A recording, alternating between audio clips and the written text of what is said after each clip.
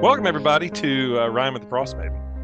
Last time when you guys were here, you were traveling through the spine of the world, heading towards the fortress of Zardoc Sunlight, who you had learned through the capture of two of his sons, Nildar and Dearth Sunlight, and the capture of another Dwergar, that the Dwergar from the deeps had come out to the surface at the urging of what Zardoc believes is his patron god, Deep Dura, which you've been told by the cult of Levistus is actually Asmodeus in disguise that has convinced Zardoc to wreak destruction upon the world.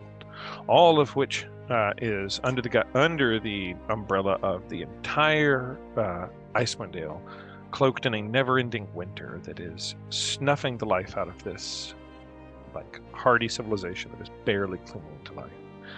The Dwergar have been gathering up pieces of a crystalline substance that imbues things with magical powers called Chardolin.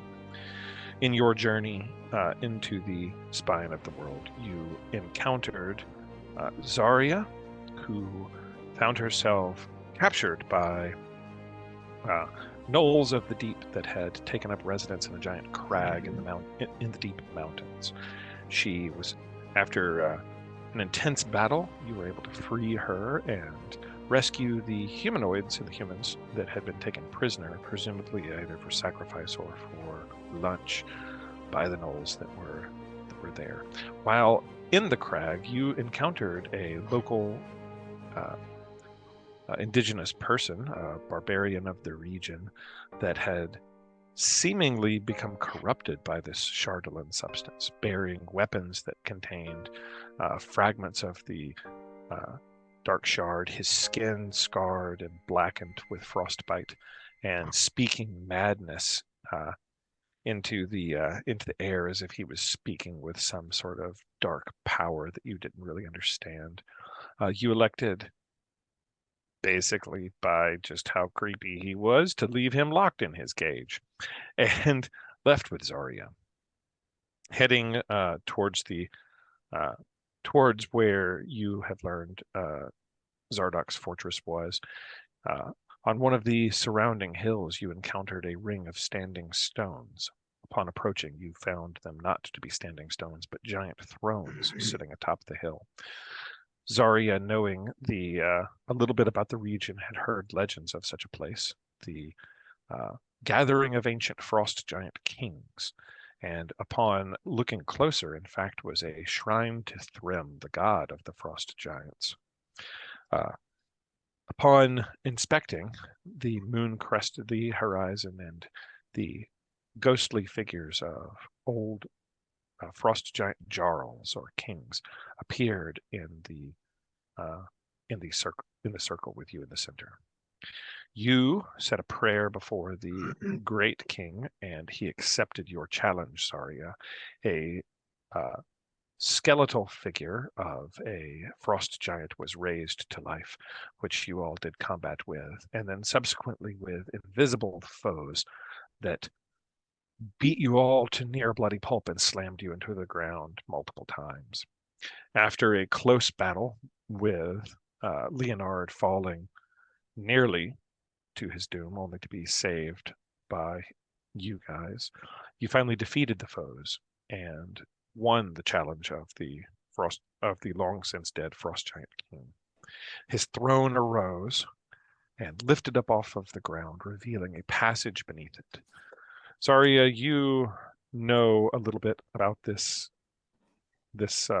area. You've never known anybody that's been there, and you've only heard sort of legend of it, but you know rumors of treasures of some sort beneath the throne of the great frost giant kings. And lo and behold, a passage appears before you as his throne levitates into the air. There are steps leading downwards, and do you all go down there? I think I would lead the way. Zarya is leading the way. Is anyone else following? Leonard will follow. I will follow too. Me too. Okay. So everybody follows down into the. And we don't even know there's treasure down there, right? I'm just exploring whatever open. I left that part out. Yeah, so I don't think Zarya Yeah. has revealed that knowledge to you all. Let me get my pages to where I need to be, and I'll reveal what Zarya remembers. I think you rolled history check last time, Zarya, but as you are closer, there is an inscription that you can see as you pass the steps, and I'll read the inscription to you. It's written in Giant. Do you speak Giant, Zarya? I do. Okay. The inscription says then to you, Zarya. Here we go. There is an arch above some alcoves as you enter in, it's in a dwarvish alphabet, but it's written in Giant, and it says, "Snatch a scale from a sleeping worm. Against the blowing wind stand firm. Climb a mountain with a stone in your shoe. On little feet death comes for you. Be the arrow that starts the war. Let life's blood fall till it falls no more." And I'm going to bring you all to where you're at.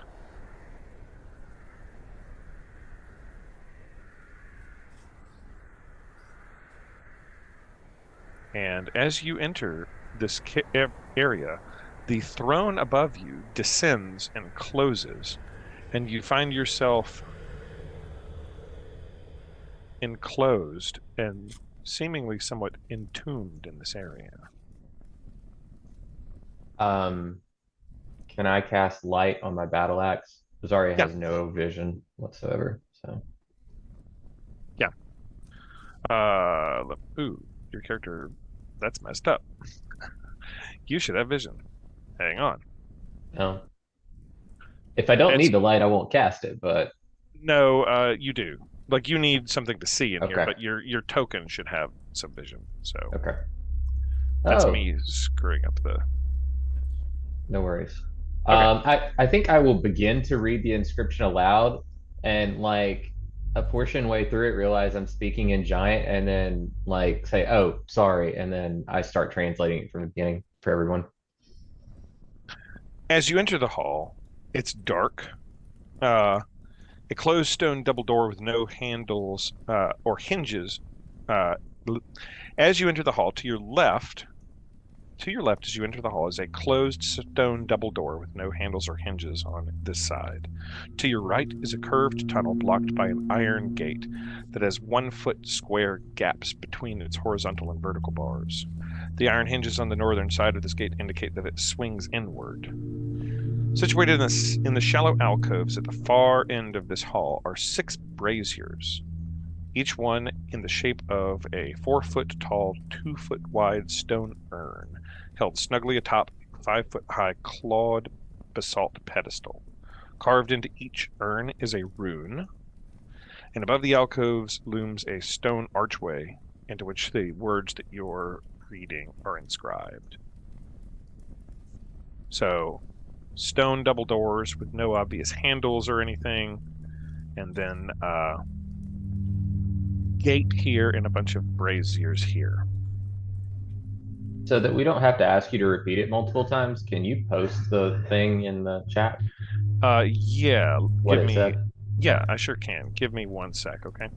Yep. Yeah, that sounds like something we're going to need to reference a number of times. That's what I thought too.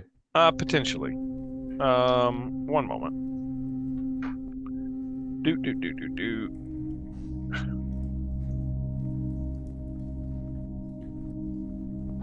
This always take you longer to do this than you need to. All right, coming up. Going in the chat now. Here it is. Boom. Snatch a scale from a sleeping worm. Against the blowing wind stand firm. Climb a mountain with a stone in your shoe. On little feet death comes for you. Be the arrow that starts the war. Let life's blood fall till it falls no more.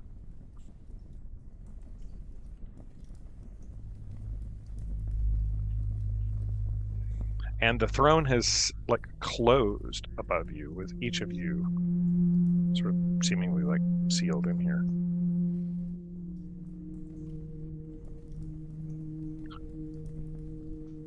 I'm going to sort of go around the horn.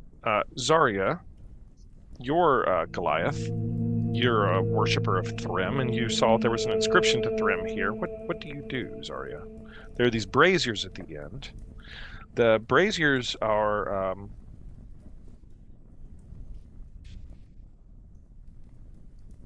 they have those runes on them.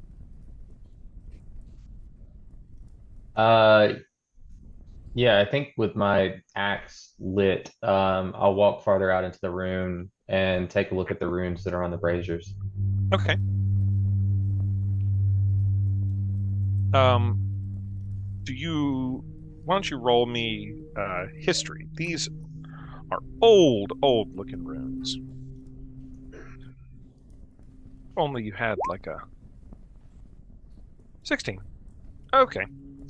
With a 16, you're able to recall a little bit of giant knowledge. And let me see if I've got a picture of the runes for you, okay? Don't know if I do.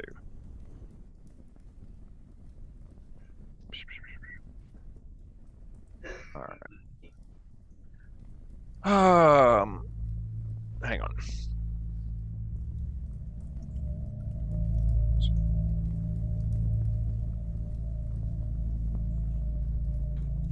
Sorry.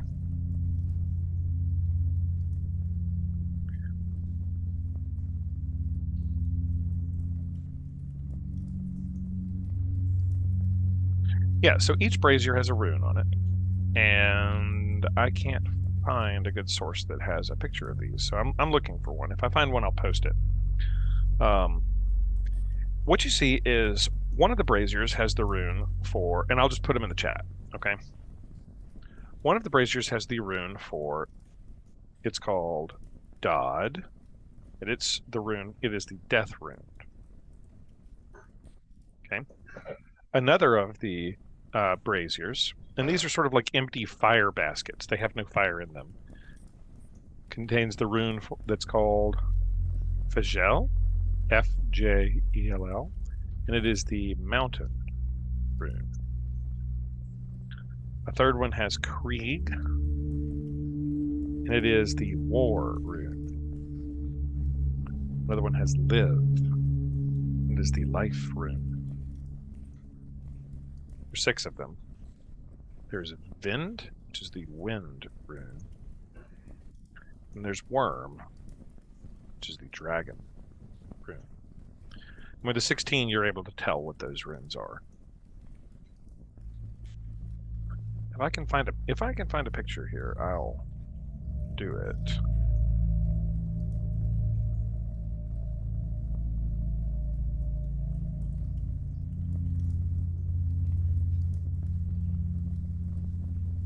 Might wind up having to like use my phone or something.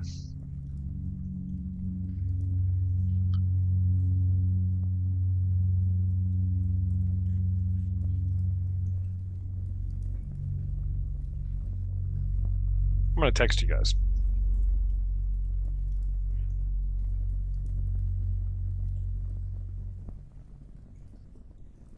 There's the 6 runes. I'll post them later. That's what you see on each of the braziers. Are you doing anything else other than looking at them? I mean, I think that I would be pointing them out to everybody and just translating as we go. Okay. But I'm not touching them yet or anything like that. Okay. Okay. So we know about the sorry. Have we been told about these? Assuming that those of us who didn't roll a 16 don't know about them. Yeah, I think Zarya's translated what the runes are, and she translated the poem that was on the archway as you entered. All right. So each line of the poem appears to correspond to one of the runes. I'm going to go over to the wind one, whichever one is the wind one. Mm-hmm. Where's the wind? I don't know. We'll say that this Matter. far one on the side here is the wind. Okay. I'm gonna go over here to the wind and blow on the wind. See if anything happens. Okay. And as you do that, the brazier ignites and lights with fire that fills up the thing, and it just Okay. flame appears, and let me make sure I've got this on the right plane here. Yep. And it ignites, and that brazier is full of flame. Okay. So, feeling emboldened, can I light my flame tongue sword and go to the fire one? Mm-hmm. Let's assume it's this one. So there's a war. So There's there's not a not fire one. there is not a fire rune. What? There's death, mountain, war, life, Oh, the Wind. dragon rune. and dragon. I was thinking the dragon rune. Yeah, Something and as fire you is a touch dragon. you touch your flame tongue sword to it, and it does not seem to do anything Damn it. or ignite. Can I pull an arrow from my pack? It's technically a crossbow bolt, so I don't know if this will work, but can I walk over to the one that's named Krieg, War Rune? Yes. And you drop an arrow into it. I do. Okay. As you do that, the brazier ignites and fills with fire.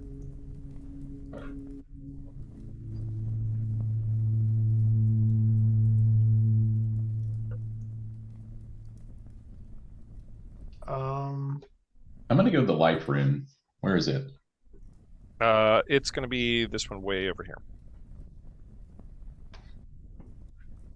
So I'm gonna get out my trusty hand axe, Mhm. and I'm actually going to cut my hand so I'm bleeding and Okay. drip blood into it. And the first drop of blood hits, the second drop of blood hits, and when the third drop of blood hits the brazier, it ignites in fire.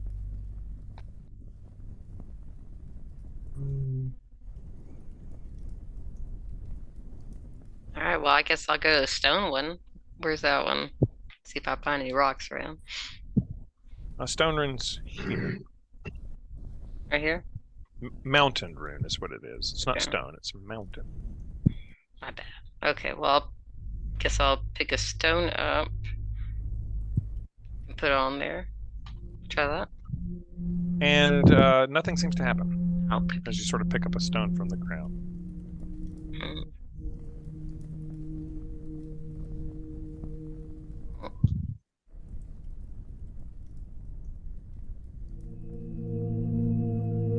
Put it in my shoe. Okay, Hey, I'll try it. Still nothing. nothing. Okay, I take it out of my shoe. It's not comfortable.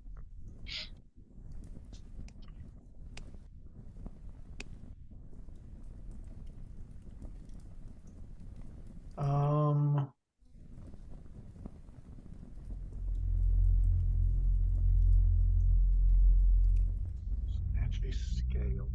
I'm gonna walk over to the dragon. Yep. One. And is there anything in there It's empty. in the brazier? It's empty. No. It's empty. So I can't snatch something out of there. Nothing in it. You can take something off of it. Is there It's anything- attached to the wall.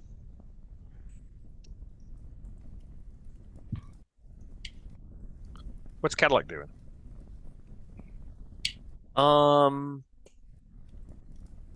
Shining Dust Crusher, I guess, because I cannot think of a way to contribute. Snatch With a with scale anything from a I creeping have. worm. I don't know what that means. The only thing I can think of is to attempt to explore some of the surroundings. What can I tell about these iron bars to see if Okay, that can so- get us? As you're looking around, there are the iron bars look really quite sturdy. Mhm. Let me describe them again to you really quickly. Okay. Curved tunnel blocked by an iron gate. It has 1 foot square gaps, so they're like side to side and up and down, horizontal and vertical. Iron hinges are on the northern side of the gate, indicating that it swings away from you. So like the hinges are here, and it would swing inwards. It seems to be held in place by you don't see an obvious lock. There seems to be some sort of magical like forces. You push on it that it resists your attempt to push it. On the opposite side of the room, there are 2 large stone double doors, and you don't see any obvious handles or anything on them. And they're stone?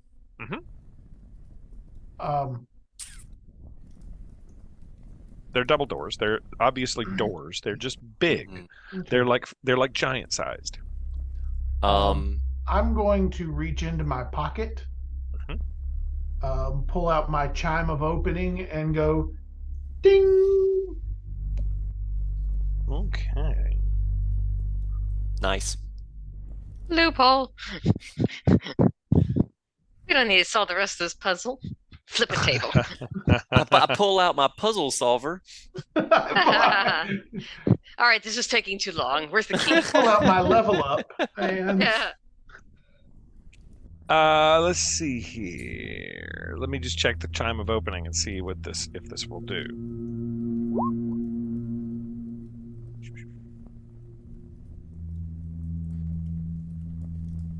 Okay. anything that can be opened. A door, lid, lock. No. It casts a knock spell, basically. Chime of opening basically casts a knock spell.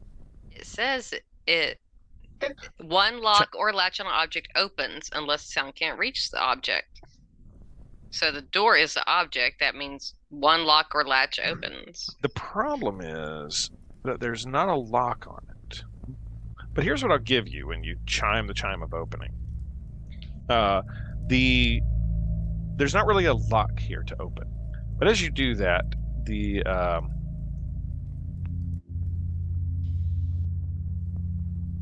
stone doors give way and open to an alternative room. Oh, nice. But you tap it on the iron bars, and there doesn't seem to be a latch or lock or anything like that. Yeah. So that's what you get there. I'm going to explore then this room. I'll go as well. I will And I'm follow. going to walk over there like I meant to open this door the entire time. Well, so the issue here is that the iron bars are held in place by a magical spell, basically. So it's like the chime of opening works on like any mechanical lock. Like if there's a chest that's locked or a door that's locked, it'll open it. But I don't think that it can overcome like a magical force barrier. Because there is no mechanism per se. No, there's not a mechanism. It's held by a spell. Okay. It's not the counter all force field spells. And more importantly, it does not unlock the mechanism that the DM says it doesn't work. No, I want to be fair. Like if you have an item that like gives way to like that counters a thing, that's great. But I'm trying to figure out if this applies, and there's not a lock here. I want to investigate, I guess, the chest that's furthest on this wall over here where I'm at. So let me describe the room as you enter in here, because there's some things that are not on the picture. The chamber holds 4 large wooden chests with iron fittings and built-in locks. Hanging from a hook in the middle of the ceiling is a 1-foot diameter iron ring with 4 1-foot long iron keys and a single 1-foot long silver key dangling from it.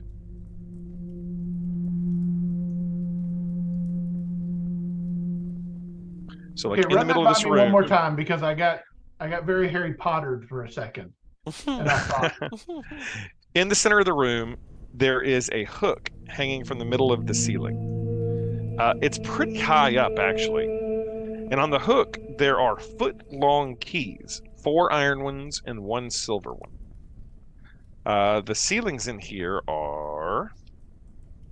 Let me see how tall they are.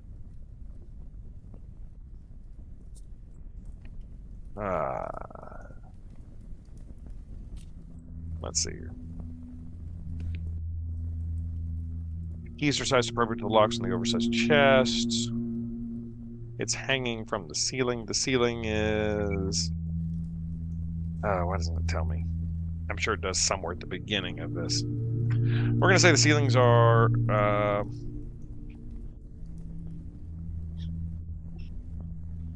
so the ceilings are 20 feet tall. It's giant sized. It's a 1 foot long thing hanging from the ceiling. The chests are big. The chests are 10 feet long, 5 foot wide, and 6 feet tall, and weigh like 150 pounds each. I'm going to investigate one of the chests on the possibility that they have a ladder in them. Oh, actually, wait. While you're doing that, I'm just gonna cast Mage Hand and start picking each one of the keys off of the ring one by one and bring it. I was just thinking we just need a way to get to the keys and we can unlock them. The Mage Hand tries to lift them, but they are too heavy to be lifted by Mage Hand.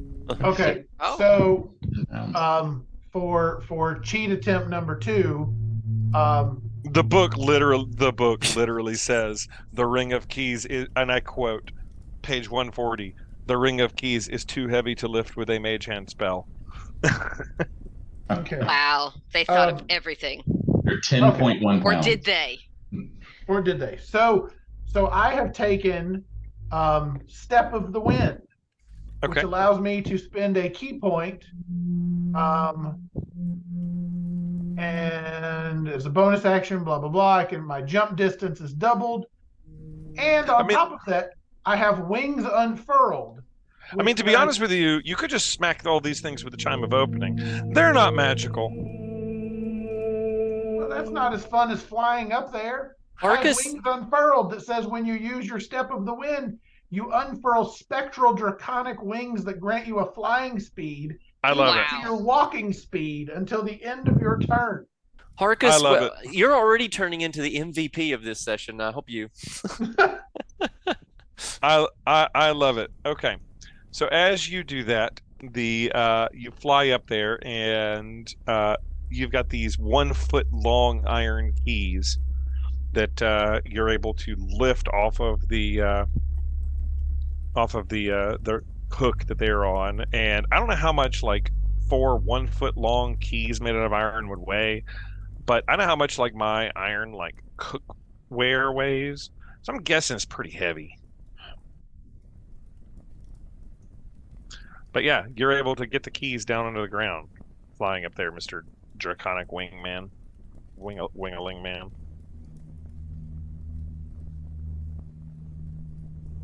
Okay, I'm gonna grab one of the iron keys and then the long silver key, whatever the silver, because I assume that the silver key is going to open the gate that has thwarted me and my Chime of Opening, and Which chest are you opening? See, Cadillac wanted that one. I will take this second one right here. Second chest? You open it up, and inside of it is a snowy owl. It's dead. Fred. No. It's dead. It's dead and frozen solid. Well, that's sad. Oh, Snowball. Yeah. And I immediately investigate it for the opportunity to take its pelt. It has no pelt. It has feathers, and it's definitely dead. This is terrible. But you know what it does have? It has little feet. It does have little feet.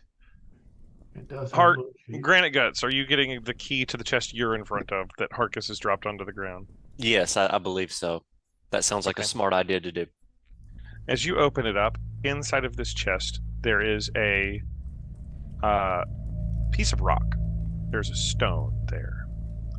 And it's interesting because you recall seeing stones like this, but you haven't seen this kind of stone since you were on the mountaintop, climbing and ascending that mountain. So I grab the stone and start waddling towards the entrance of the room with it, and I just sort of turn around to everybody and go, I pity the one who has to bring a dragon out of one of those. I got So I got dibs on the rock. Where do you go with the stone? Where do you go with the stone? Are you going somewhere? I'm waddling out to the brazier. All right, go to the brazier then. I'm gonna make a deposit. Is it this one? It would be this one over here. Okay. But doesn't that one need the little feet? It says mountain on it. I thought that one needed the little feet. Oh no, the little feet was death. Never mind.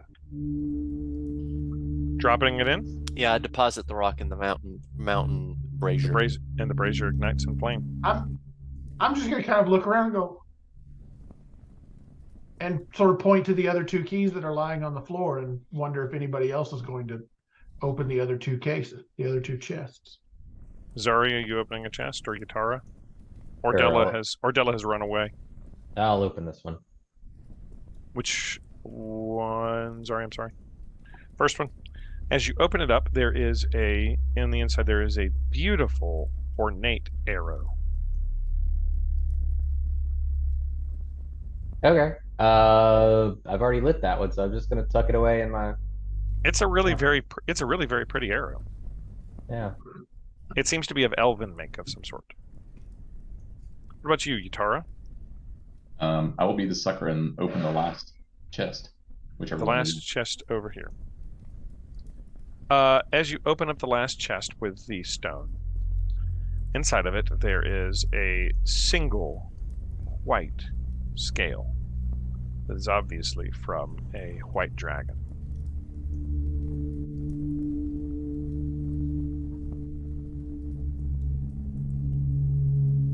I'm gonna go deposit it in the. I guess I'll take my dead owl to the other one. Which one is worm? Worm is this one. Pausing it in worm. Yep. And what are you doing with the dead owl? Just sort of Kareem Skinning it. Abdul-Jabbar, sort of sky hooking it in. Make it help. Sky hooking it into the dot, one Yep. with dot on it. Yeah, and it ignites.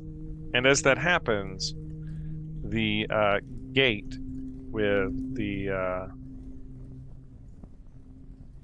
swings open, and you're able to enter this other hallway.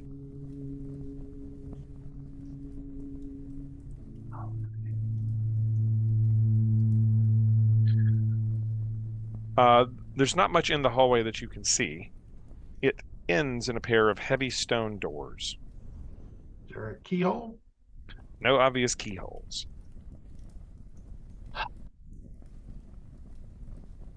Does this look like it pushes open? Yeah, it might. Can I push on it? Yeah, roll me a strength or athletics check, please. Can I help? Sure. Take advantage. Can I help too? Still take advantage. As he's pushing. As A Zari is D6. pushing. No, if multiple people are pushing, I'm just going to lower the DC. And So what was the Sorry, roll I again? didn't. he's got advantage. And with multiple people, I'm not going to give him double advantage. What I'll do is I'll just lower the difficulty class. As multiple people are pushing, it's just a lower roll is needed. Yeah. As you push on it, the door slowly starts to push open. Okay, hang on just a moment. All right, yeah. The door slowly starts to push open. And just a moment. Very slowly. Yes, very slowly. As I set the room. Okay, sorry. And in the room, there is a single chest. Inside of the chest, I'll describe this room to you. There's a large oak chest with silver fittings that stands against a wall directly opposite the double doors. There's a golden key that sticks out of the chest's built-in lock. Graneguts, you sort of like pushed your way in. Zarya, who enters the room first? What do you do?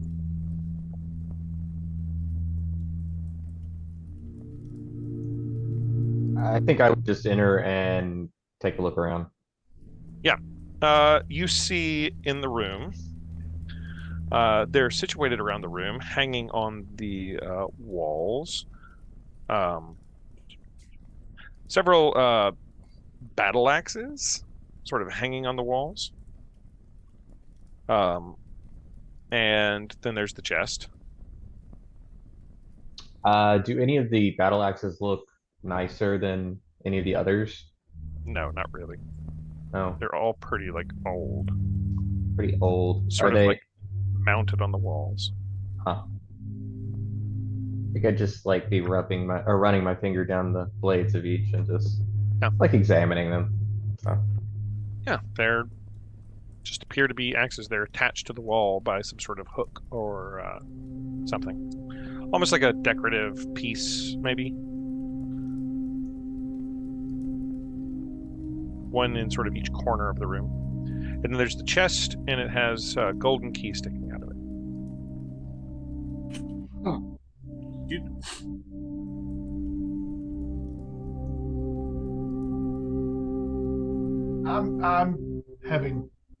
I'm gonna go over here and just sort of look at the chest for a minute. Okay, are you inspecting the chest? I am inspecting the chest because I would like to ensure that there are not like. I'm being very cognizant of the fact that this feels very much like a trap. Roll investigation.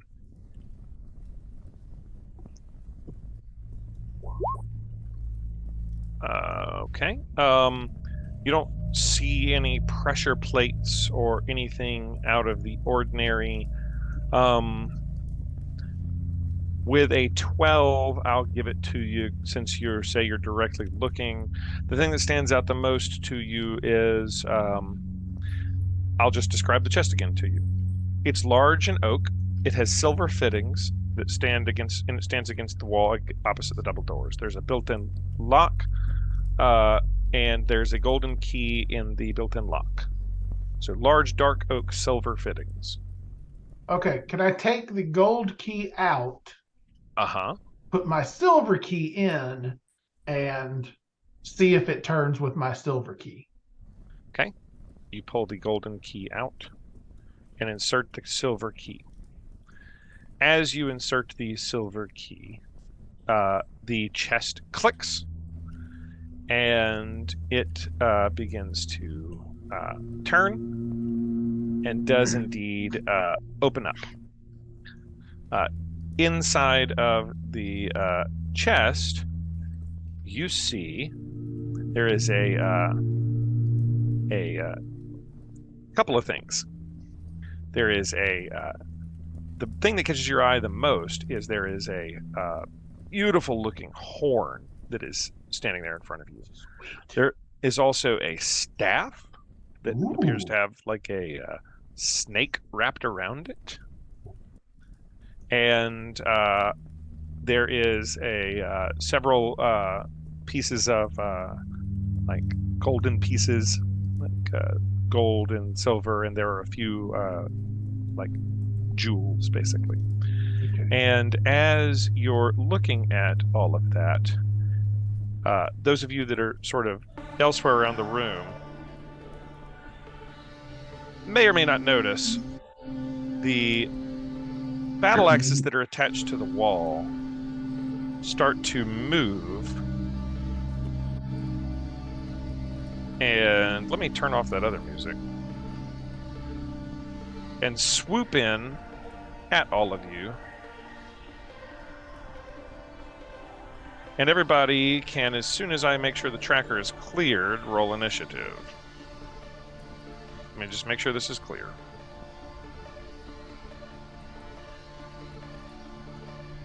All right, go ahead and roll initiative as these battle axes around the walls are starting to move towards you all.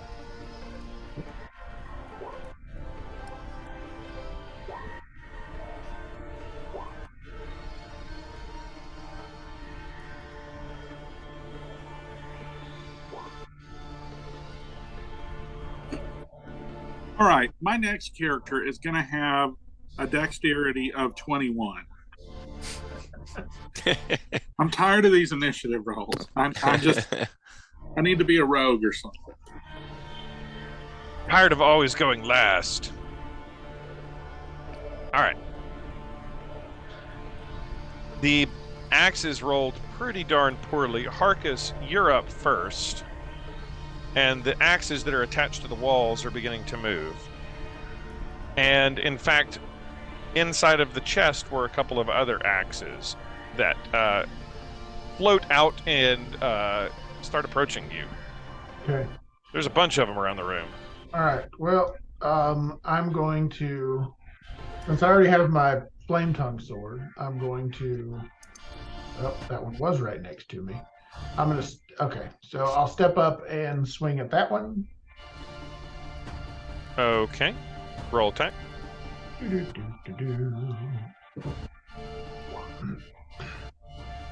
Okay, that was the sort of life stealing, but that's a 27. Oh wait, yeah, I hit the wrong one. Yeah. They're both +8s. Doesn't really matter. No, it's a hit. I'm not going to make you re-roll the d20. Okay. Like, that's a hit. And then the 2d6 for the fire damage. You take a good chunk out of the axe. It's the fire doesn't seem to do much to it, but you smacked it real good. All right, I'm gonna smack it again. 19's a hit. That breaks the handle of that axe in half, and it falls down on the ground and stops twitching. And I flurry of blows at the one that's right here. You can certainly I don't really try. want a flurry of blows at something with my bare hands with sharp edges. Probably not the best idea. You can certainly try to punch. Yes, I punched the battle axe. Do that. I mean, it seems like something I might do, but You can do it. I feel like this is probably not the best idea. I'll just sort of resume a defensive posture. Okay. Cadillac Granite Guts. You're up. Okay. Out of an abundance of caution, I'm going to go ahead and cast Shield of Faith with bonus action to give myself a little bit of extra AP, and then I am going to scoot up here and engage the axe with Dust Crusher. Okay. And so, boop boop. Okay. The 17 misses, but the 26 hits. Okay.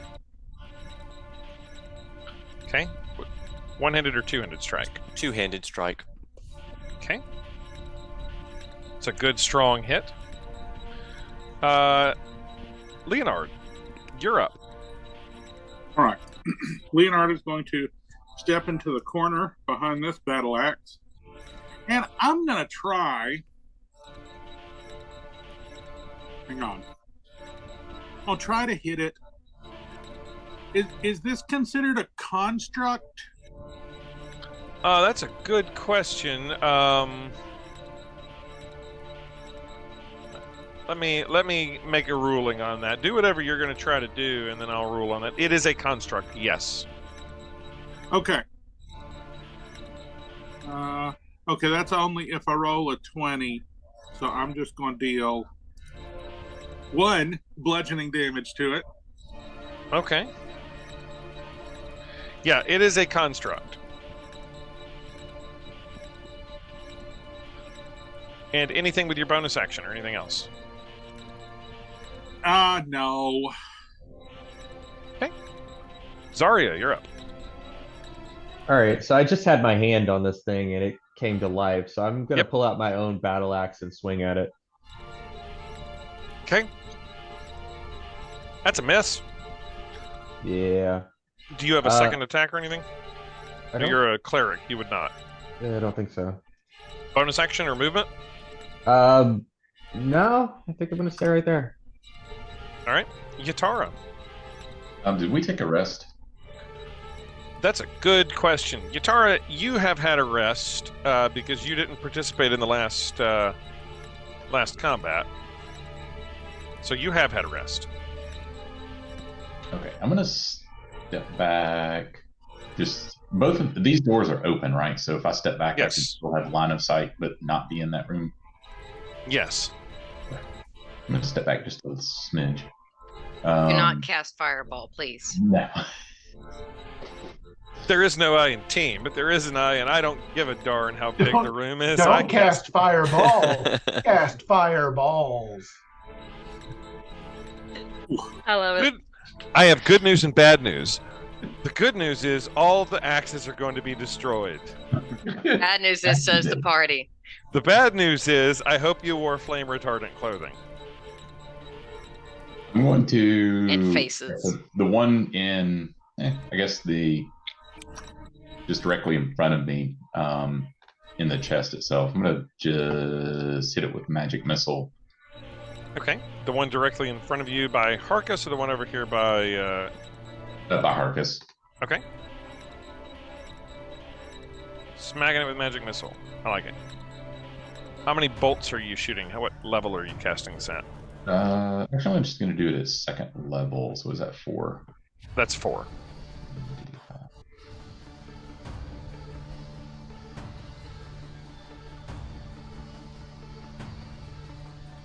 Still can't figure out the. Hold on. I'll just yeah, how do you do advanced dice roller again to do 4 of them? If you click over here on the D20 and then go to the bottom, it'll do advanced dice roller, and then magic missile. I want to make sure I get it right.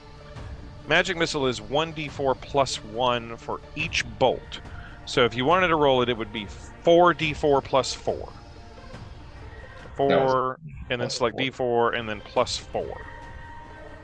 That's what I messed up last time that I couldn't remember. Because it's plus 1 for each one, so 4d4 plus 4.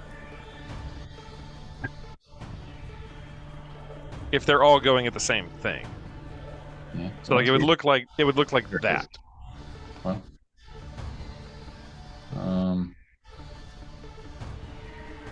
it just says rolling the dice, but it's not doing anything for some weird reason. I don't know. We'll just take what you did. Okay, there you go. 16. You did a little better. It just took it time. It doesn't destroy the axe, but it really damages it bad. It rolled it a bunch of times. You're all flooding in now. Yeah. All right. The axes are going to go before Ordella. Oh no. Lots of axes. All right. The one near Harkus is going to swing at him. And it rolls an 11, which is a miss. Near Granite Guts is going to swing at him and rolls an 8, which is a miss. I think these are going to pretty much be chopped up. The one near Zarya rolls... Zarya is almost unhittable. It has a disadvantage, so it rolls a 10. One of them near Leonard. Leonard, does 17 hit you? Oh, yeah. Leonard, you take 5 slashing. From the Pretty one much next to you. anything that's double digits hits me. Okay. And I think this one's going to zing over to where Yatara is. And it's going to... Yatara, does a 12 hit you? Your wizard might. Does not, actually. Okay. So that's all their turns. Ordella, you're up. Okay, I'm going to get out my dancing longsword. Okay. And I'm going to put it over here near the one where Cadillac is. All right, let me get out your dancing sword. All right. Are you going to bonus action strike with it? Yes. So. Okay, it's near Cadillac. Mm-hmm. And a 9, alas, does not hit. Alas. Any movement or anything?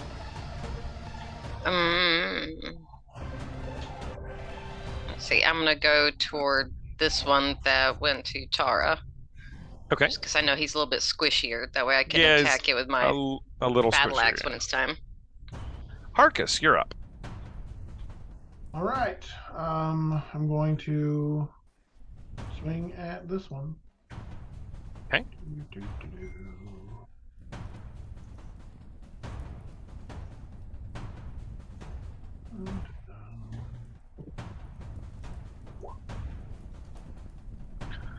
That is a miss. All right, I'll swing again. That's a hit. And that'll bring down that that battle axe. And then let's see. I will. I'm going to move over here by Leonard. Okay. Gadiliak. I am going to let's see, take a swing with Dust Crusher, and this time I'm going to do one attack at a time. Woo! Yeah, that'll do it. Okay, sweet. That crushes that battle axe. It's smashed to bits. Okay, and then I guess I'm going to scoot down here next to Ordella, and then I am going to take a swing at the one right next to her. Okay. Yeah, that'll do that'll do it. It takes a good bit of damage, but the battle axe is still floating around.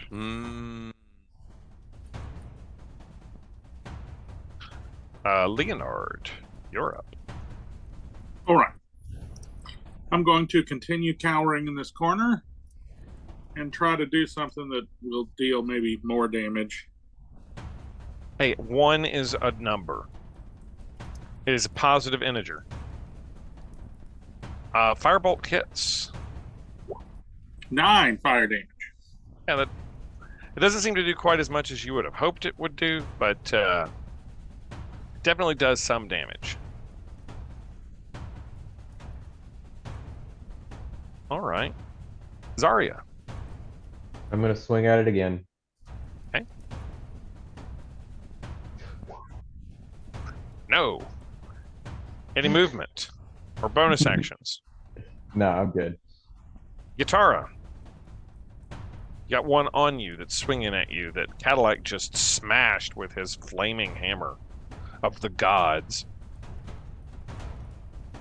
I'm just going to hit it with Magic Missile, just 2nd level again. Okay.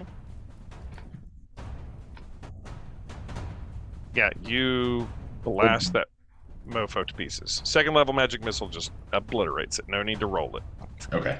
It doesn't have enough. It doesn't have enough HP left to survive a 2nd level Magic Missile, so it's gone. Ordella, there's 2 left. Wait, no, battle axes. They go before Ordella. There's 2 left. One on Zarya, one on Leonard, and they're each going to strike. Battle axe on Zarya rolls a 20 with disadvantage. Yeah, 13 would have killed it. Zarya, you take 9 slashing damage. I assume a 20 hits you. You have a really high AC, but I don't think it's a 20. Yeah, it does. Can I use Stone's Endurance? Yeah, to reduce that damage. Yep, because I still haven't healed from the last battle. Okay, you take no damage. Like your skin Yay. just like tightens up, and somehow the axe just like it hits you, but it doesn't even cut into you. The other one near Leonard is going to take a swing, and At who? Leonard. At Leonard or Harkus? At Leonard, who's been hitting it. 15. Yeah, that'll do it. That is double digits. So That does 5 slashing. all right. Now Ordella is up. And Ordella, you can move your sword and strike with it as a bonus action. There's nowhere in this room you can't move it to. Okay. Then I'm going to move it to this one by Leonard. Okay, and you're going to strike at it with... Yes. Okay. Yeah, that'll hit. That's a crit. Yay. Describe to me how what your dancing sword looks like as it slashes this thing down. It just has real pretty flourish, and then it just like this battle axe just splinters and breaks into so many pieces. Yeah, beautiful. It is Are beautiful. you like commanding it with your finger or something? Yes. Like, it's like sparkles flying out everywhere. It's just the metal falling apart. okay, and you still have your action and movement. That was your bonus action. Yeah, then I'm going to come over here to this other axe and use my great axe on that That'll definitely hit. for 8. Doesn't destroy it, but definitely does some damage to it. Now Harkus is up. Your prey just got destroyed by Ordella's dancing sword. Okay. 5, 10, 15. All right. Well, I can make it over here to this one.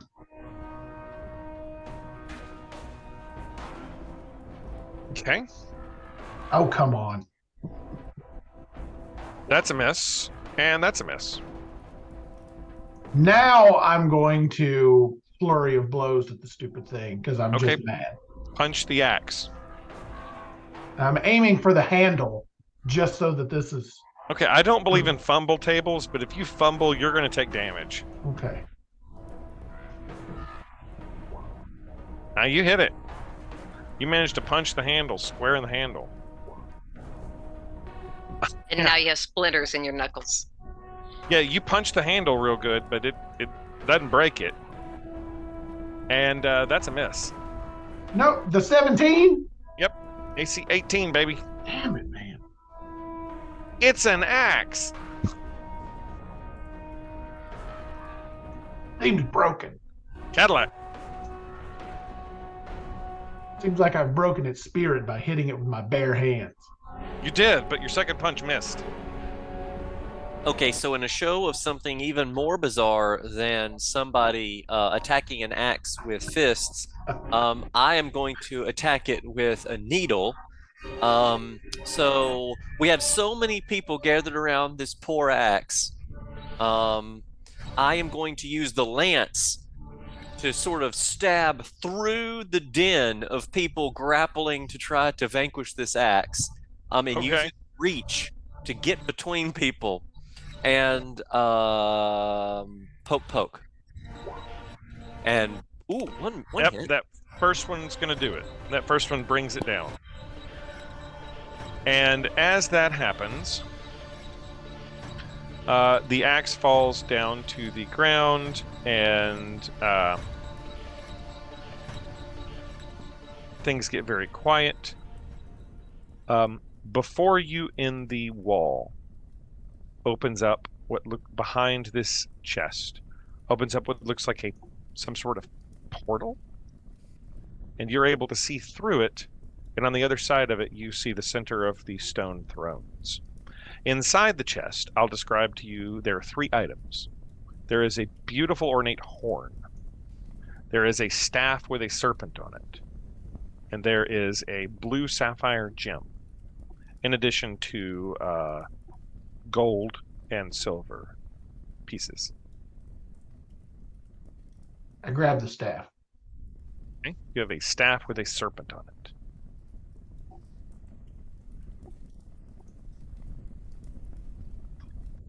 I'm gonna go for the horn. Okay? You grab the horn. I'm a musical robot. Yeah. I'll describe the horn to you if you'd like. I'm gonna Yes, I'm gonna please. throw the stone over to Yatara. Let's see if I can find an image of the horn. It's a gorgeous looking thing. It's finely crafted. It's got, just, it looks like a ram's horn, but it's made out of like some sort of special material,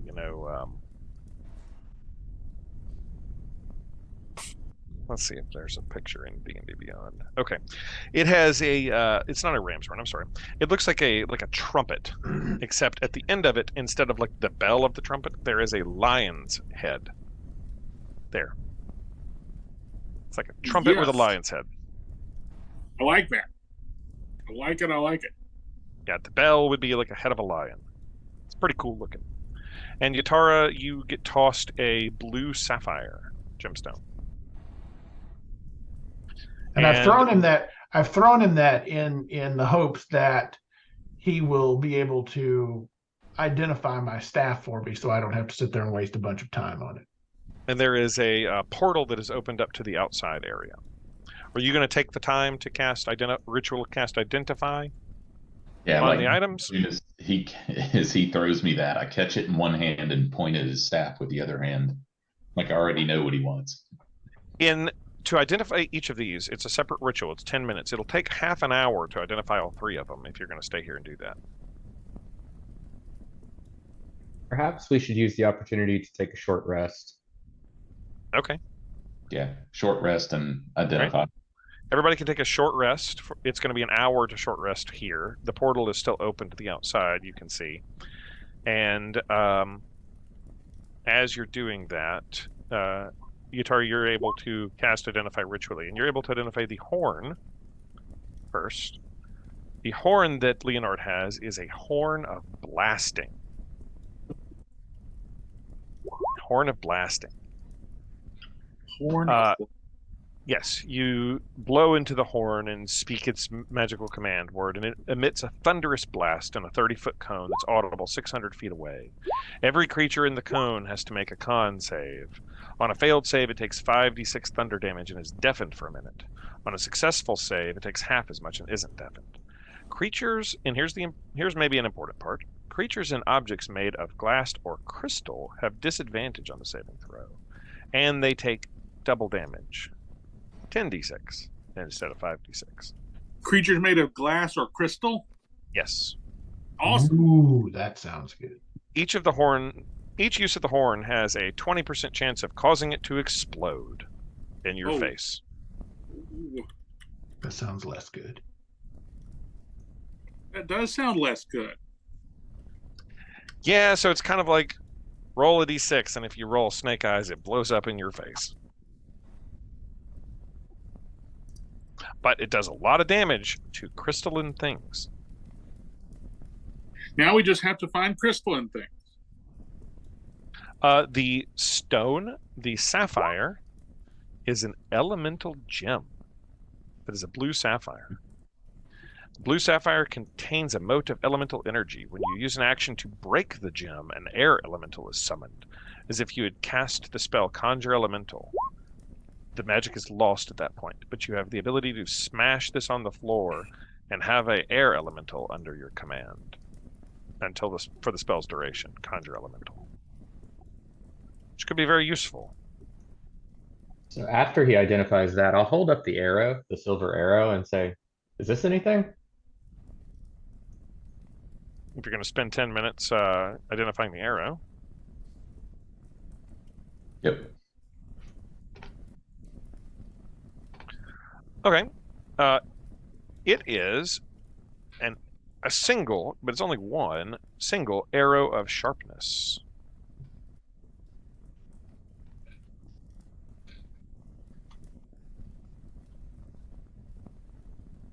Basically, it just has an arrow that essentially has like oil of sharpness coated onto it. So it has, it's magical and has +3 to attack and damage rolls. So I don't know if there is an arrow of sharpness, but that's how I'm sort of rolling this. It's magical +3 and to attack and damage. It's just one arrow though. It was intended to be destroyed. The staff you have is a sort of a homebrewed item. Let's see if this link works. This is a Staff of Withering. +1 bonus to attack and damage rolls. It is a magical weapon.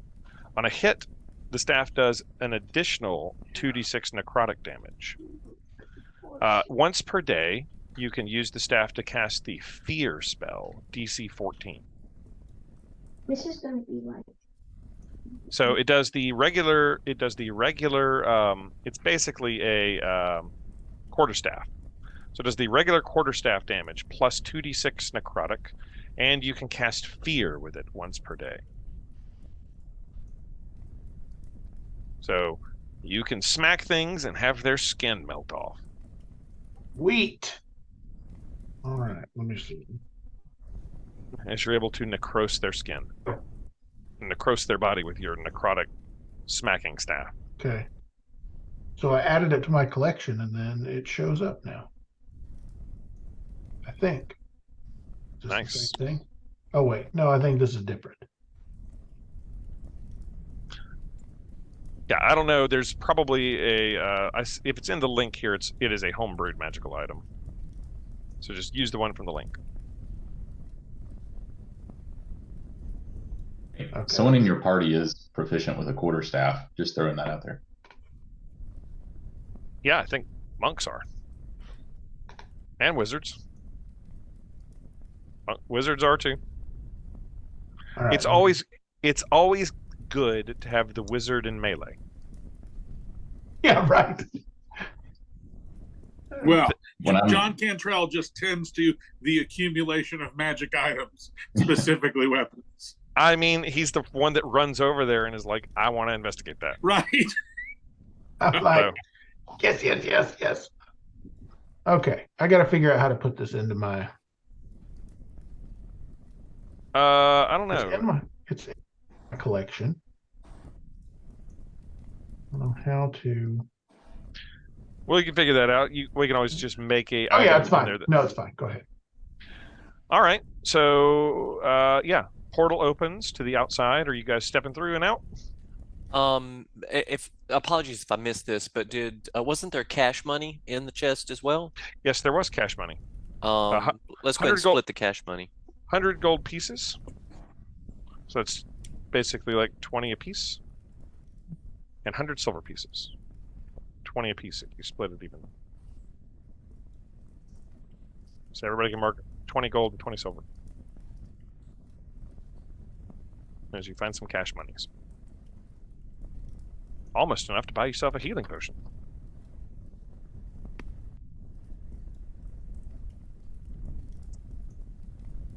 How much of each again? 20 gold, 20 silver. Okay. That's what I thought.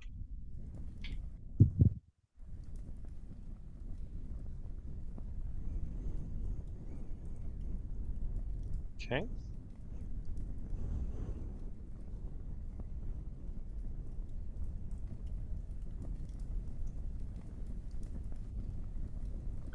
And what's everyone doing? If we're done with the short rest, and Yep. everything is like identified, I think Then Zarya I would step through the portal. Zarya, as you step through the portal, find yourself transported back to the center of the chairs. There are no giants there. Everybody else following suit. Yeah. Not knowing where Sorry went, I'll still follow suit. Leonard, you going as well? I assume you're reclaiming your sword in this hour, so your flying sword is back at your hip. And you all find yourself standing in the center of the chairs. On the outside. And let me change the musical scenes to outside. As you appear out there, you all hear a sound. Everybody roll perception, and we'll see if anybody can identify what that sound is.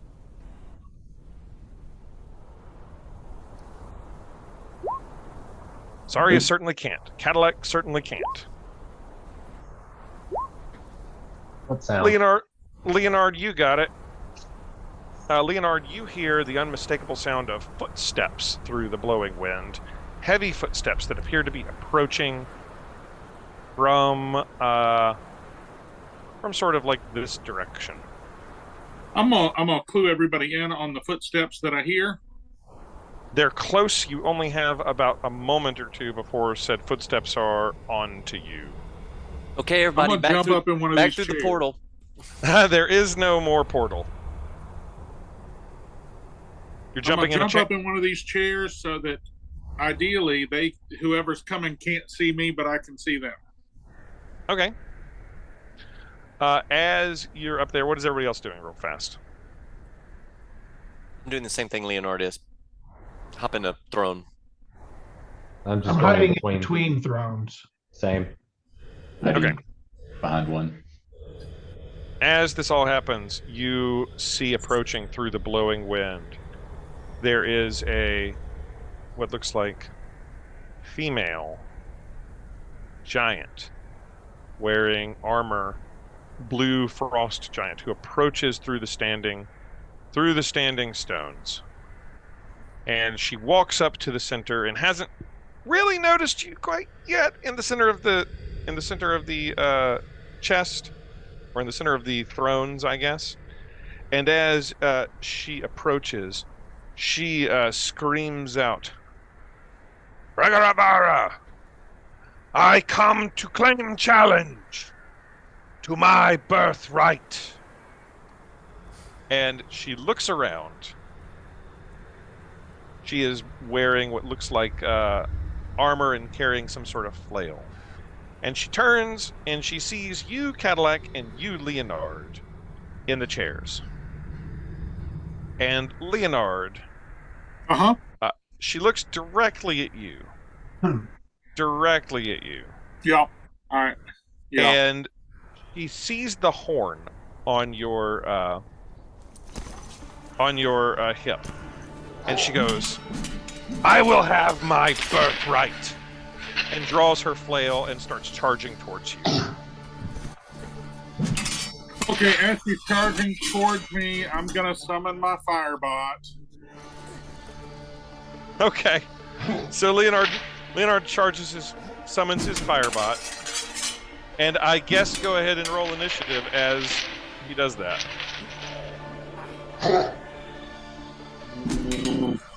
Let me get the initiative screen up. Roll me initiative. I'm gonna barbecue another child. Oh no, this is definitely an adult. Oh, well, I feel better about that then. She's definitely a full grown-up giant. And she's pretty big and mean looking. She says, "I will have my birthright." And she screams, "Give me the horn." Marcus. Oh, well, I mean, if all she wants is the horn, I'm not that attached to her. I'll offer the horn up. Okay, so you're handing the horn out? Oh, I'm not getting within arm's reach of that giant, but I will put the horn on the ground. Okay. Well, if you're giving up the horn, I've got 4 hit points. Did you not take a short rest with the rest of us? Oh no, we got 31. Oh, never mind. I got 31 hit points. I'm keeping that horn. Okay. I was going to say, in all of our escapades, we've never considered surrender. That is something that we've never considered. Oh, sorry. I was operating off one thump gets me dead mode. I got 30 hit points. We're good for a hit. It is a frost giant. It might be one hit get you dead anyway. Smash. So surrender is still an option. No, I can survive a hit. So I'm. Never mind. Surrender is no longer an option. No. Okay. Well, she readies her flail, and Harkus Keep gets a first. souvenir. Harkus gets first action as she charges towards Leonard, saying, "Actually, I think she just says, 'I'll have my birthright from you.'" And what are you doing, Harkus? So all I'm going to do is I'm going to move up in front of this, and basically I'm going to ready my action so that if she sort of steps into my space, then I'm going to my flame tongue hits and jump up on her face and. Okay, are you using the flame tongue or are you flame tonguing or bow staffing? Well, I can't figure out how to put the bow staff into my thing right now. So I would like to use the bow staff, but I can't get it in there. Okay, so just add a staff and make it a +1 plus 1 quarterstaff, and then just roll an additional 2d6 each time. Okay, so staff. Wait, Quarterstaff plus 1. Quarterstaff plus 1. Okay. Hold on. It's magical, and then with each hit, also roll 2d6. Quarterstaff plus 1? Yep. Okay. So then, so I use So that. We and can just then- roll 2d6 with each hit. So that, okay. So then I do 2d6. Okay. 2d6 additional necrotic damage to the quarterstaff damage. All right, so are you attacking with that, or are you waiting? Oh, sorry. No, I was just making sure this is the right one. The quarterstaff plus 1? Yes. Okay. Yeah, she charges your way. Okay, so yes, I'm swinging it. 18 is a hit. Okay, and then I get 2d6 on top of that. Yep. All right. And You do then I'm going to 13. swing at her again. That'll hit. Okay, and 2d6. 19. And Not bad. then flurry of blows. As little bits of her are necrosing as you smack her with the necrotic staff. And Harkus is going to punch a giant. That's a miss. That's a hit.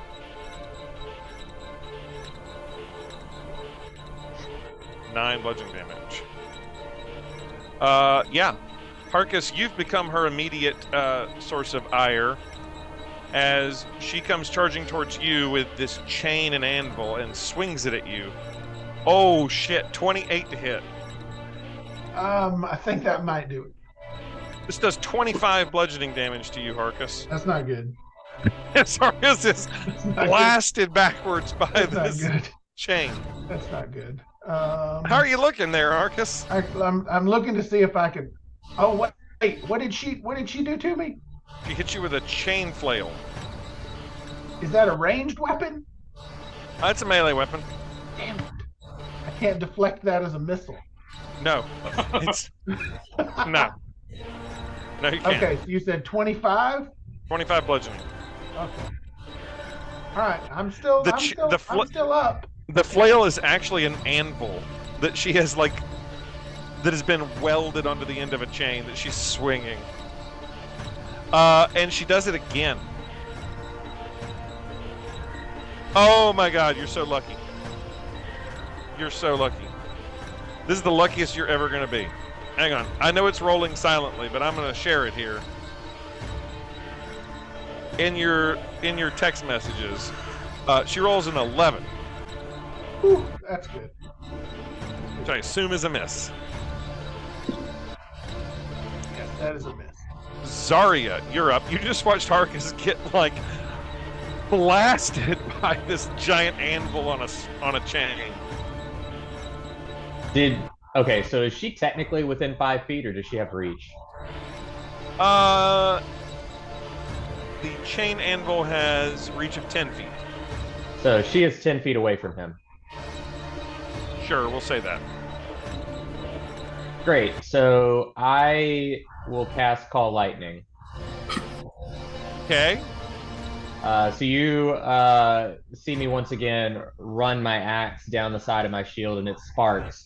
And then you see the sparks go up into the atmosphere, and then a lightning bolt strikes down. Can I get a dexterity saving throw? Okay. Sure thing, can do. Lightning comes crashing down from the ceiling. She's the most dexterous of creatures, as you might imagine. What's the DC? This is a 13. 15. Fails. Okay. And with that, I'm actually going to use my Channel Divinity. Hang on 1 second. Sorry, new character. Who dis? Destructive Wrath. Whenever I use my Channel Divinity to divine maximum damage instead of rolling the lightning or thunder damage. So it does maximum damage for that. Okay. Which would be 3d10. So it takes 30 damage. Ooh. Also, is this a large or smaller creature? It's large. Okay. No, I'm sorry, she's huge. Oh, so she's then bigger than large. She is huge. Never mind, I can't do that. So I think that's all that I can do right now. I will stay where I'm at. So lightning just absolutely blasts the hell out of her. Cadillac, you're in a chair watching this happen. You saw poor Harkus just get near-brained. Okay, so I am going to leap out of the throne and just go right at her. I am going to channel divinity to turn Dust Crusher into even more of a sacred weapon, which is going to give me a +1 to attack rolls. So I am then going to take a couple of good swings at her here, and hopefully that will do good work. Oh no, well, one does. The critical miss is bad, but the other one is a good hit. Yeah. And that's two-handed. Okay. She takes a lot of damage. And I believe, let me check. Yeah, that's all I can do. Okay. Gitara, you're up. I think the best I can do from where I'm hiding right now is just pop her with magic missile. Hey, what level?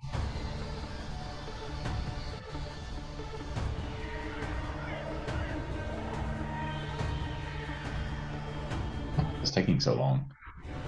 I don't know.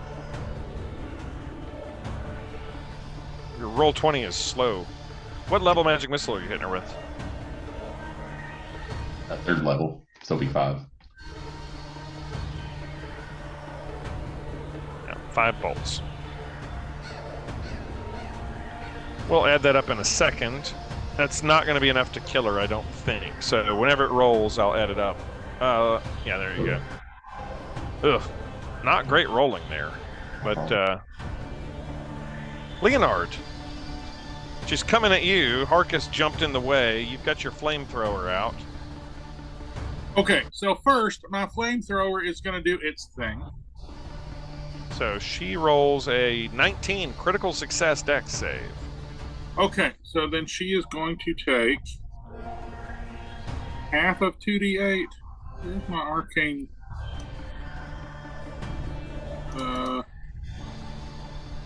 Here we go. Did that roll? Oof. Oh, all right. She's going to take 2 fire damage from that. And then Leonard is going to try. We'll see how this goes. Let me see exactly what it is called. I'm going to put my hand on the horn. Okay. And pick it up. And at the last minute, I'm going to grab another instrument from my pack. Okay. The Pipes of Haunting. Okay. Which is one of my Artificer infusions that I just learned. I love it. I love it. You can use an action to play them to create an eerie spellbinding tune. Each creature within 30 feet of you that hears you must succeed on a DC 15 Wisdom save or become frightened of you for 1 minute. All right. Can you select who that is, or is this going to be Zarya, Harkus, Cadillac, and Gromangorn? No, so I can make everyone not hostile to me automatically pass it. Oh, Yes. okay. So wisdom save on her part. She fails that big time.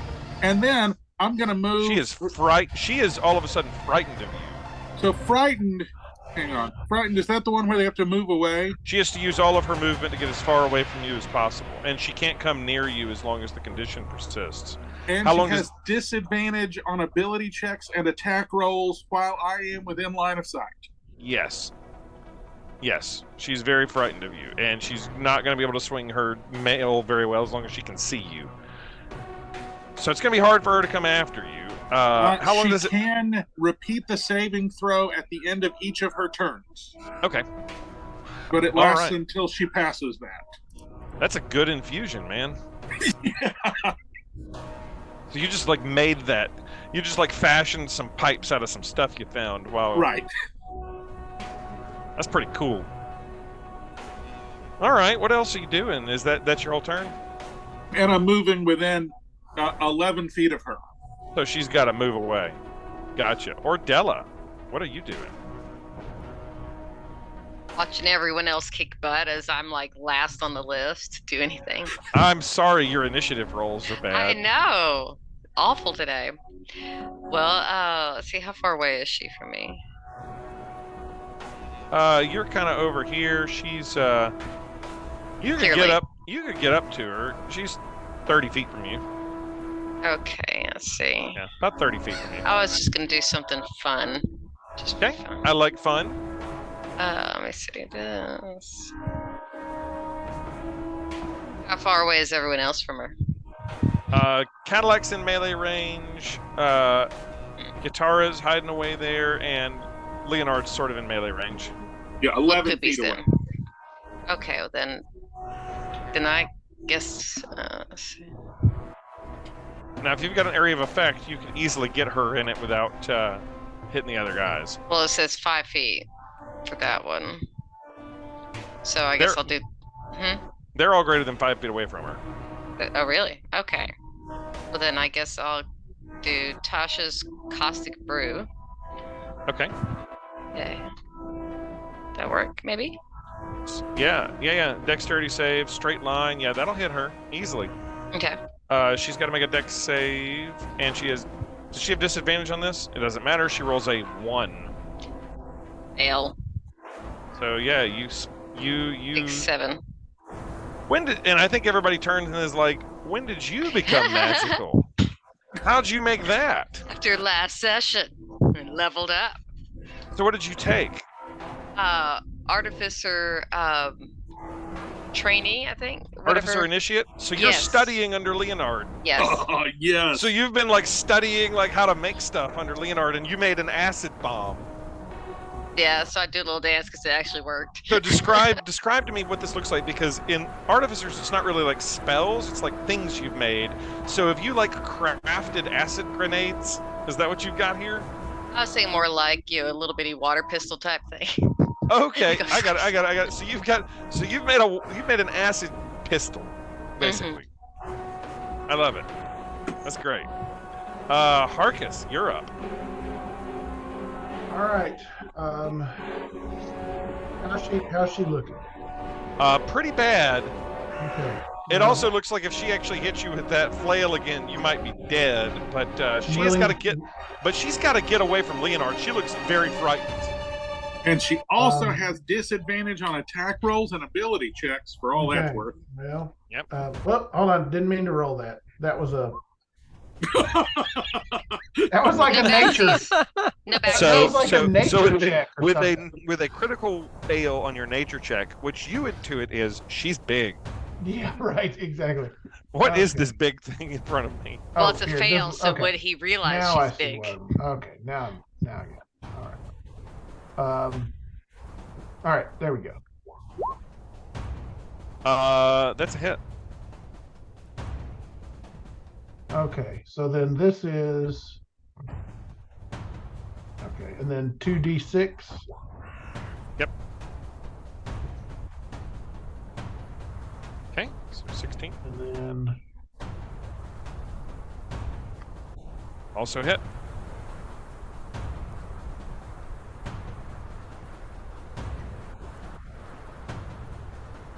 Okay, 13. Okay, I'm That's a jumping lot on of her damage. face again. okay, you're gonna punch her. That is a hit. Oh, that's pitiful.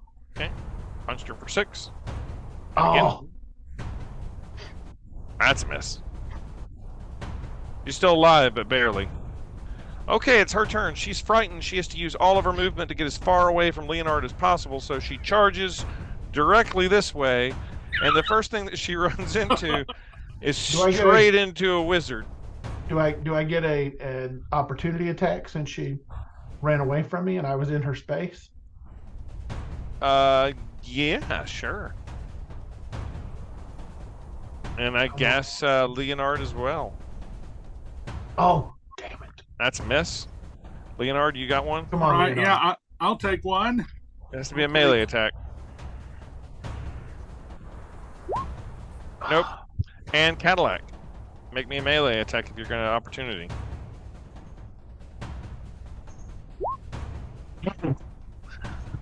Okay. Cadillac swings and like nearly takes her knees out. She looks terrified, beat up, and afraid as she comes charging over. The only thing she sees is Yatara, and she swings her colossal mace at Yatara. Does a 13 hit you, Yatara? No, it doesn't. Okay, she's at disadvantage. She's gonna do it again. Shouldn't she just be running for her dear life or something at this No, point for all she's these little people attacking her? She just has to use all of her movement to get away from Leonard, and she's in a blind rage right now. Does a 15 hit you? Ooh, it does not. A 15 does not hit you? Dang, you like a beefy wizard. AC wizard. That robe that buffs me. Oh, okay. Okay, so you're a beefy wizard. I'm giving you all some cool magic items. Yeah, she swings her colossal giant mace at you and whiffs both times in her fear.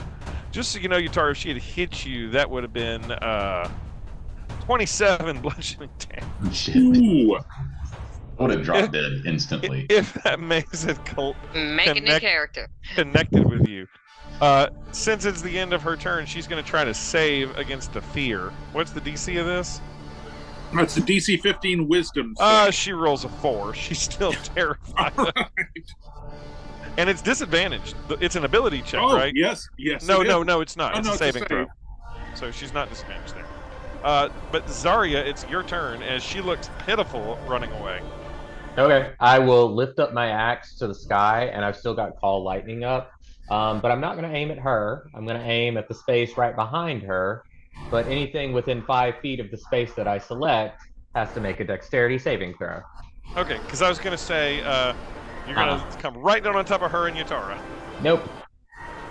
I can select a space, so. Yeah. 17. That passes, but it still does half, and I'm not going to blow another channel divinity, so. Okay, describe to me how you from the gods electrocute her down. So I imagine that she is like, she's using an axe, right? She's using a flail that is like Yeah. got a giant handle and a chain and has an anvil attached to it. Nice. Okay.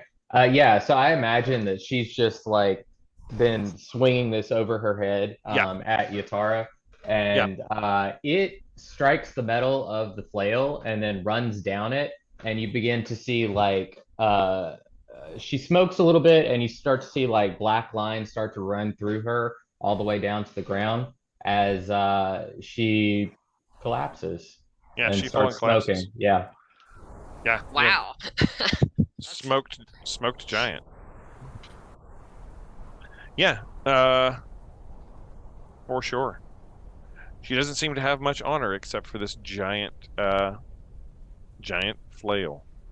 I feel a little bit sorry for her. She just wanted her toot horn. Oh, well, you know. That's the You price didn't- you pay. Yeah, She didn't pass the test. she did not pass the test. She didn't try diplomacy either, to be fair. No, she pretty much was just like, give it. I'm coming. But she probably, if she was smarter, would have realized that you all had passed the test.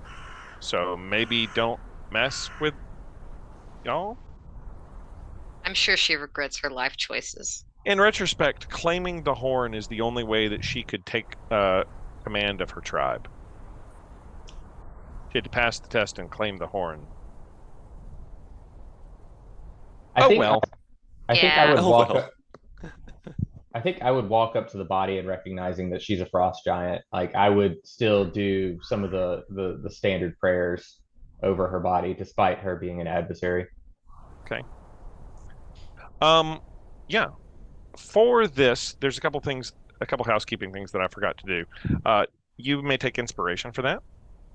And Ordella, for your actions during the last session, when you shoved Granite Guts out of the way and took a strike directly onto you, you can take inspiration as well. Yay! That I should have granted and did not grant. I was watching the YouTube and realized I should have granted inspiration there and didn't. Granite Guts found that very inspirational. So yeah, for shoving Granite Guts out of the way and you shoved Granite Guts out of the way, and the invisible stalker grabbed you and slammed you into the ground instead of Granite Guts, and you get inspiration for that act. Yay! I forgot to give it to you at the beginning of the sesh, but you can use that going forward. Yay! Yeah, it's quiet. You all have the magical items that you've collected from this circle of giant thrones. Where are you going now? Seems like it might be a good time to maybe put a fortress up and take a nap. Yeah, take a long rest in a house. Yeah, I concur. Zaria will suggest that we not do it on top of my god's sacred temple. Like maybe we move a little bit of ways. Okay, you're able to move back. You're able to move back down the mountain path here. I'm Go ahead. Picky. Yeah. So you're able to move back down to sort of the path that you were following towards Zardok. Yatara, as you're down here, you hear the voice in your head just ringing like crazy. You've been able to put it out of your mind periodically, but this repeating call that the skull, and you still have the skull, correct? You attuned to it and you have this crystalline skull that you were hearing voices through. It is louder than ever, as you can tell that you are close to whatever is creating the signal that you have seen in your mind's eye as a ship. I don't know if everybody else knows that it's some sort of ship. Maybe they do. But it's near. It is sort of kind of the opposite direction of where you all have been heading towards Zardok's fortress. And you all are going to camp out the fortress in the instant fortress tonight? Yeah. All right. You're able to get down off of the trail or back down to sort of the path that you're taking and set up instant fortress. What's the command word for instant fortress? I picked open in Yiddish, which is effinin. Effinin? Oh, Yes. I like it. Sounds kind of... Yiddish. Better than boom shakalaka. I was saving that for another thing. Write it down quickly. The fortress opens up. That's the closing word. And you're all able to climb into it and stay for the night. This would be a good place to end, but we're going to have a little epilogue, so we're going to keep going just a little bit further. The next day comes, and what direction are you all headed in? I'll bring you to the map, which is sort of where you're at, and show you sort of where you are. Give me a moment.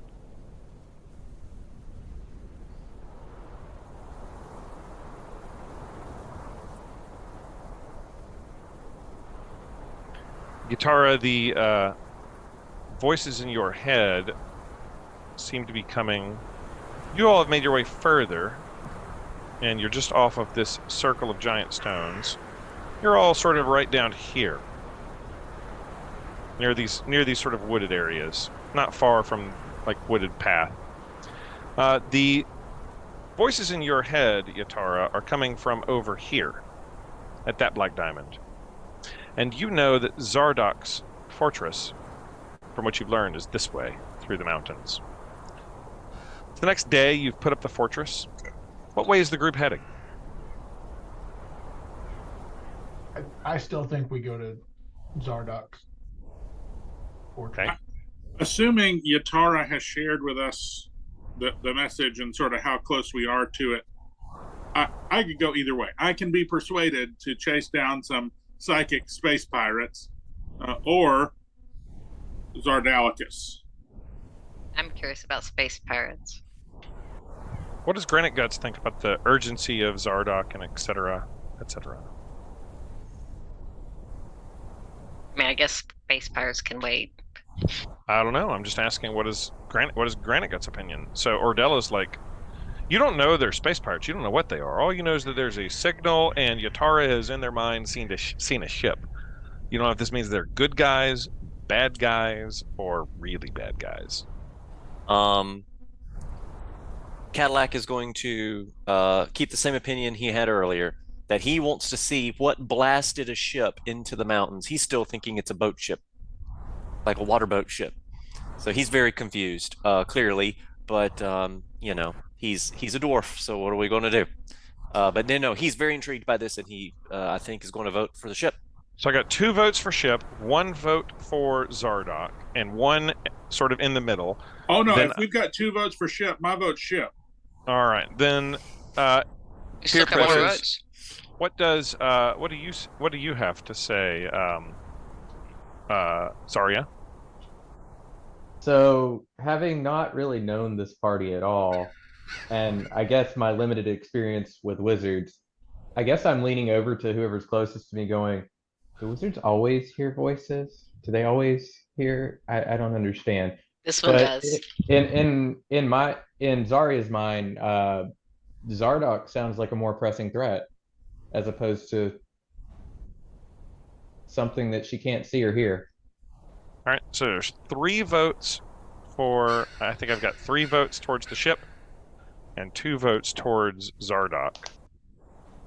Zardoc is a more pressing matter than. I mean, what do y'all decide to do? I'll let y'all decide amongst yourselves. I just wanted to have a direction that the group was headed before closing out.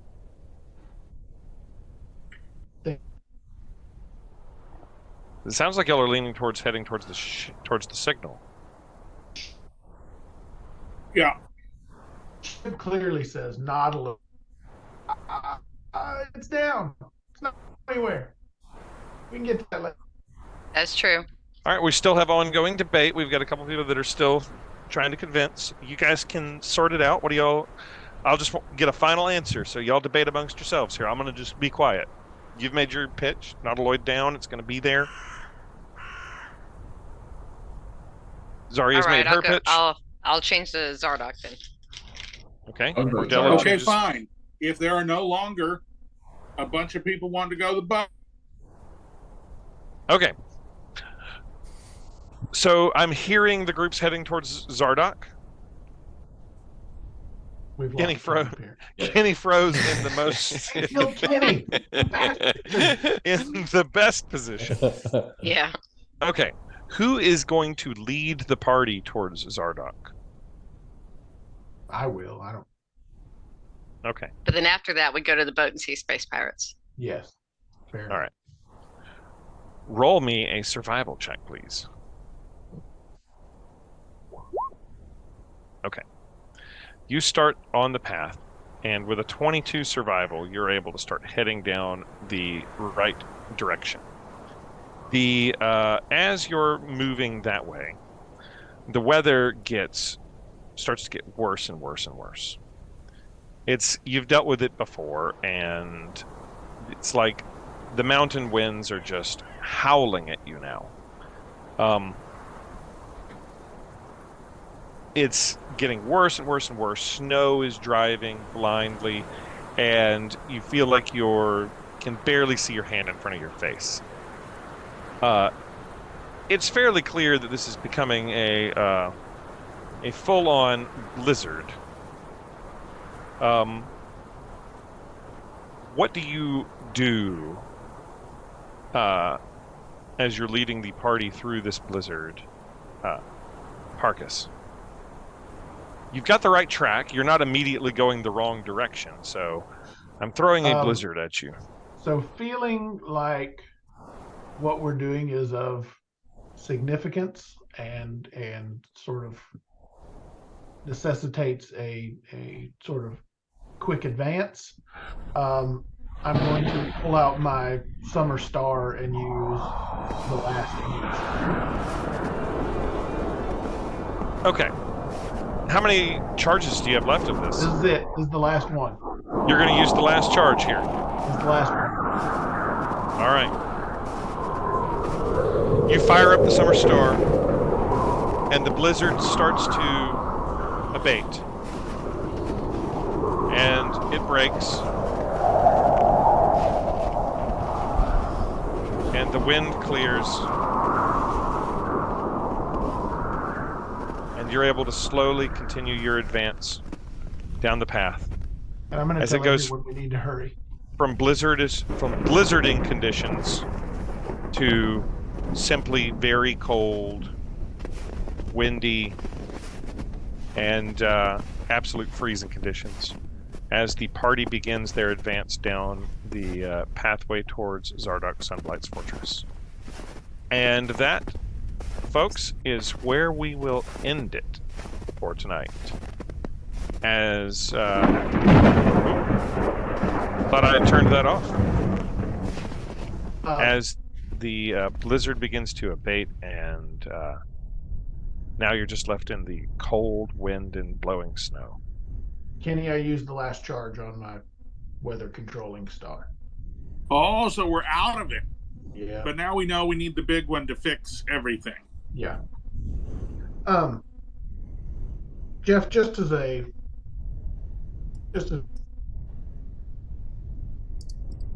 Oh. With the gold, did I have it? Did anybody catch what he said? Did I? You broke up. What did did I you say? trade the whip iron handle? No, you still have that. Okay. Wait, I don't know. Actually, I I think thought you I did. traded that for. Yes. Yes, you got rid of the whip. That's what I thought. For some reason, it was still in my. Yeah, you got rid of that whip. That's what I thought. You never learned what that whip was.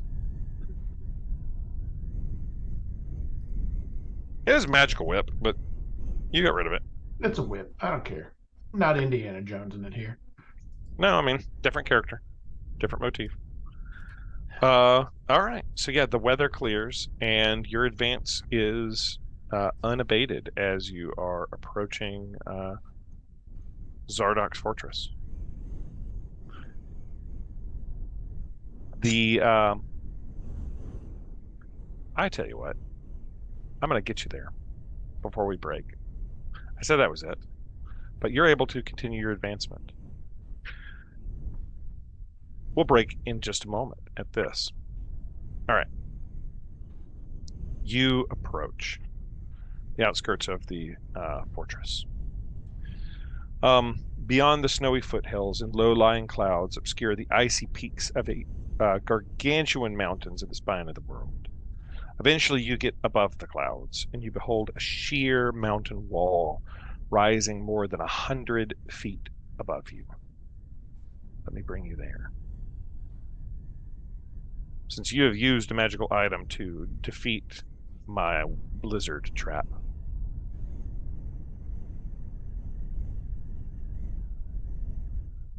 You arrive here.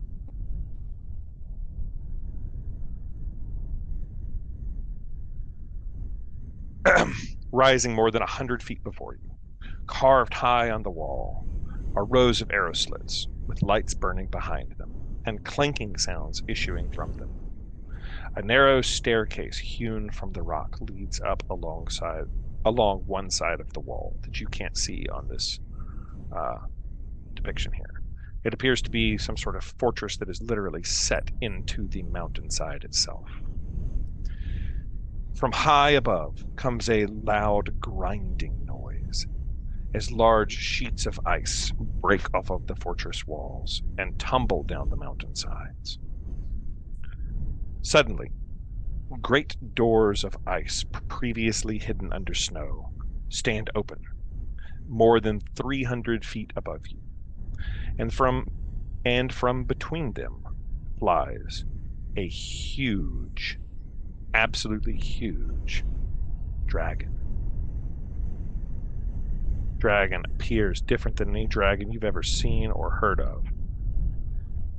It is made of dark ice.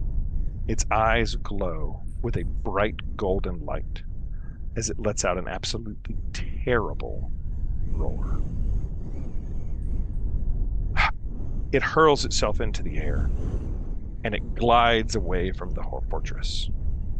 It turns and heads through the air directly towards the city of East Haven and the 10 towns as it begins to fly away from you all. And that is where we will leave you. As this giant draconic thing, 300 feet in the air away from you. Made of Chardolin. Made out of black ice. Let me blow it up so you can see. Let me blow up the token just so you can see the picture a little bit better. And Hawkins, for the video, you can zoom in on it. But for the people that are here, we're going to blow this up real quick just to a biggie size so you can all see the art.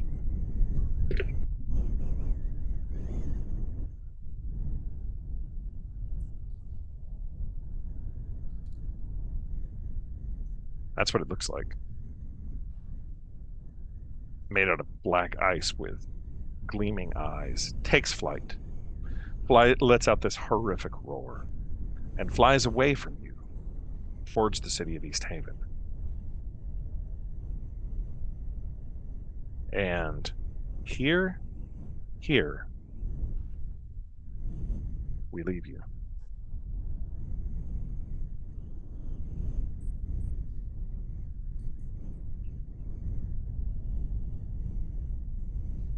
I hope everybody had a good time tonight. Yes. And that dragon looks so scary. Leonard just can't help but wonder, could we have prevented that? Had we gotten here quicker, would it have made a difference?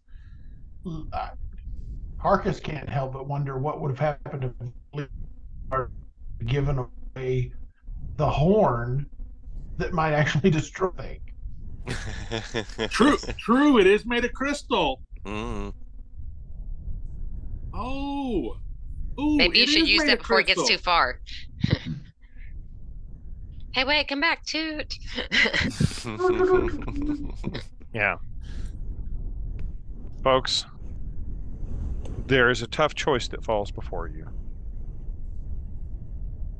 Do you save the poor citizens of East Haven and the 10 towns by finding a way back there as quickly as possible? How you can get back quickly is up to your own ingenuity. Or do you proceed into Zardok's fortress to deal with the man that created the beast?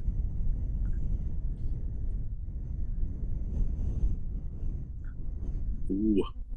And here What we if he leave. has a way to control it or destroy That's what I'm it? thinking, yeah. You don't know that, and if he doesn't, that's a chance you take in the destruction and the death of By lots the of time we citizens. get there, it's going to be flying back. It's already going to be there. Oh no.